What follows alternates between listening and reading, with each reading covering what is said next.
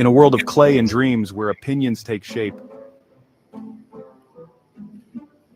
Well, I'm just trying to make art, you know?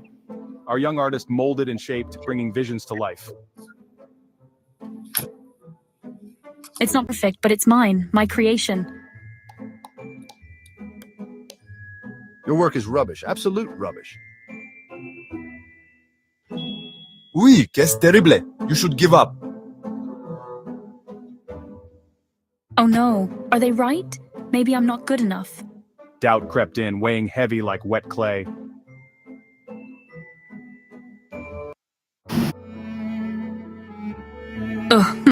I'll try to make something they'll like. Something different.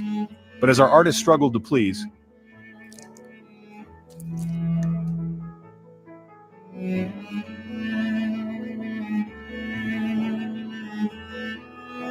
It's still not working. Nothing feels right anymore. the joy of creation began to fade. Maybe I should just give up. But then a moment of clarity struck. Wait a minute. These opinions, they're just clay. And with that realization, I can shape my own world, my own path.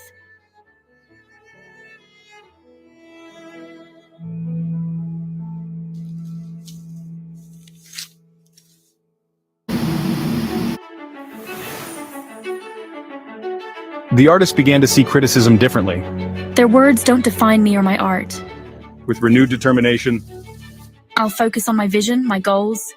the negative voices faded into background noise. My art, my vision, that's what matters.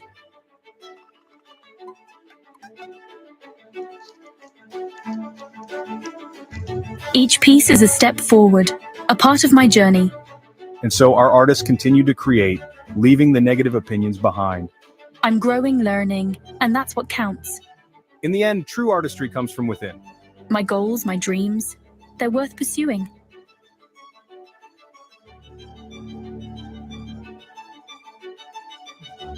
Breaking bad habits can be challenging, but achievable with consistent strategies and self-awareness. Here are effective steps to help you stop bad habits and replace them with healthier choices. Number 1, identify triggers and patterns. Start by recognizing when, where, and why the habit occurs. Is it stress-induced, boredom-related, or triggered by certain environments or emotions? Identifying the patterns helps you understand what drives the behavior, making it easier to anticipate and control. Number 2, set specific goals. Define clear, achievable goals for reducing or eliminating the habit. For example, if you're trying to cut back on excessive screen time, set limits, such as I will use my phone only during breaks. Setting measurable goals creates a structured path for improvement. Number 3, replace the habit. Substitute the bad habit with a positive one that meets the same needs. If you habitually snack out of boredom, consider drinking water, chewing gum, or engaging in a short, mindful activity to redirect your focus. And don't forget to subscribe for more tips on breaking bad habits. 4, develop a gradual approach. Breaking habits gradually can be more sustainable than going cold turkey. If you want to stop a habit like nail biting, try reducing it over time or setting specific times when you're more conscious of avoiding it. Gradual reduction can make the change more manageable. 5, practice mindfulness and self-awareness. Being mindful helps you stay present and observe when you're falling into the habit loop. When you catch yourself, pause, acknowledge the urge, and refocus your thoughts on why you want to stop. Over time, this awareness weakens the automatic response to the habit. 6, use positive reinforcement. Reward yourself for small wins. Recognizing and celebrating progress, whether it's a day without the habit or a week of gradual reduction, can motivate you to keep going. Positive reinforcement strengthens the decision to stay on track. 7, leverage accountability. Tell friends, family, or a support group about your commitment. Having accountability partners can encourage you to stay committed and provide support if you have setbacks. You might also consider journaling your progress to keep yourself accountable. 8, visualize success. Imagine your life free from the habit, visualizing the positive impact, like feeling healthier, having more energy, or experiencing increased self-control helps create a mental image of the benefits of change, making you more motivated to pursue it. 9. Stay patient and persistent. Changing habits takes time. There will likely be moments when you slip, but each setback is an opportunity to learn. Reflect on what triggered the relapse, refine your approach, and keep moving forward.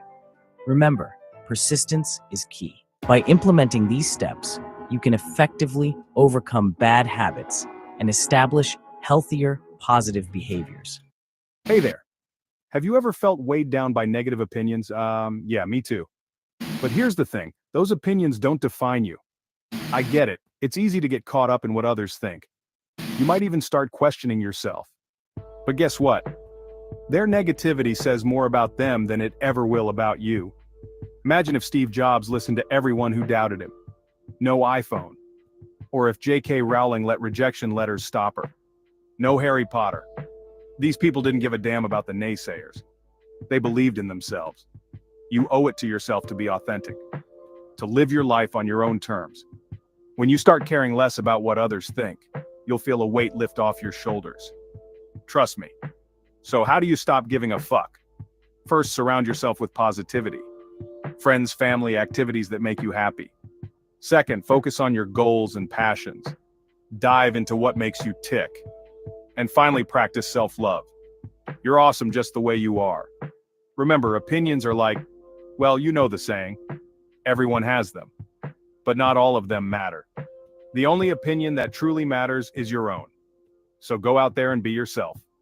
Be unapologetically you. And hey, if you found this video helpful, make sure to hit that subscribe button. I've got plenty more content to keep you motivated. Thanks for watching.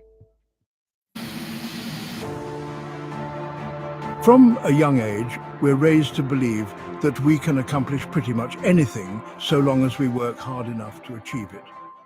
For the most part, it makes sense, at least intuitively. If you study for 3 hours while your roommate studies for 1, you'll probably do better on the test. If you spend 50 hours at work every week while your peer spends 30, you'll probably stand a better chance of getting a raise or a promotion. This idea follows us at every stage of our lives, and it leaves us with a vital philosophy in Western culture.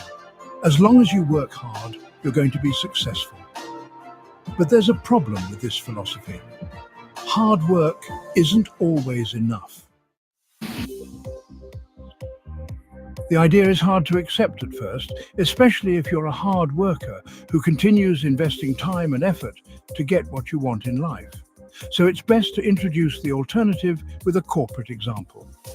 Netflix, yes, the company responsible for all those late-night television binges, has found success in part because it has abolished the idea of hard work being the sole determining factor in an employee's progression within the company. Netflix introduced this idea in a 2009 slide deck explaining the company's culture, but the idea dates back to 2001. Former Chief Talent Officer Patty McCord has been on podcasts and spoken in several interviews since her departure about the work culture they've cultivated instead. After experiencing financial trouble in 2001, the company made a bold move to lay off a third of its employees. Not based on how long they'd been with the company or how hard they worked, but based solely on what they contribute and how they impact the company's bottom line.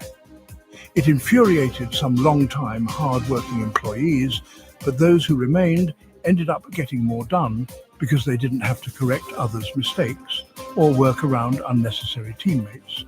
Even after that initial layoff, Netflix paid almost no attention to employees' hard work.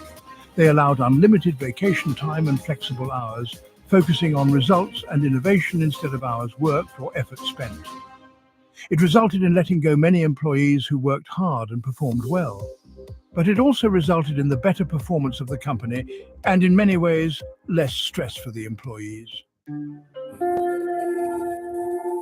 The Netflix example may seem harsh, especially if you've based your career around working hard.